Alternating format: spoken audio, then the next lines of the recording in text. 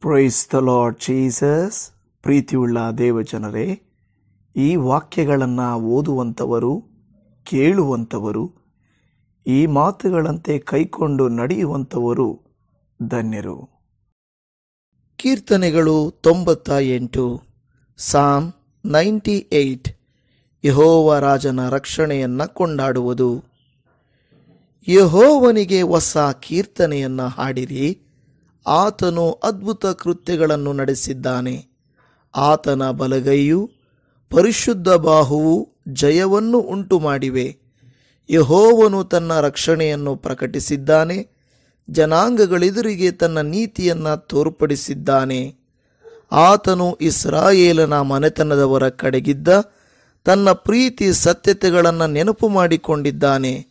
ಭೂಲೋಕದ ಎಲ್ಲ ಕಡೆಯವರು ನಮ್ಮ ದೇವರ ರಕ್ಷಾ ಕಾರ್ಯವನ್ನು ನೋಡಿದ್ದಾರೆ. ಸಮಸ್ತ ಭೂನಿವಾಸಿಗಳೇ, ಯೆಹೋವನಿಗೆ ಜಯಘೋಷ ಮಾಡಿರಿ, ಹರ್ಷಿಸಿರಿ, ಉತ್ಸಾಹಧ್ವನಿ ಮಾಡಿ ಹಾಡಿರಿ.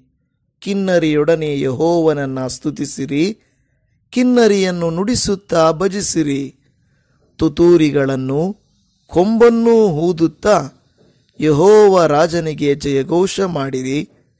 ಯೆಹೋವನ ಮುಂದೆ ಸಮುದ್ರವು ಅದರಲ್ಲಿರುವುದೆಲ್ಲವೂ, ಭೂಮಿಯು ಅದರ ನಿವಾಸಿಗಳು ಘೋಷಿಸಲಿ.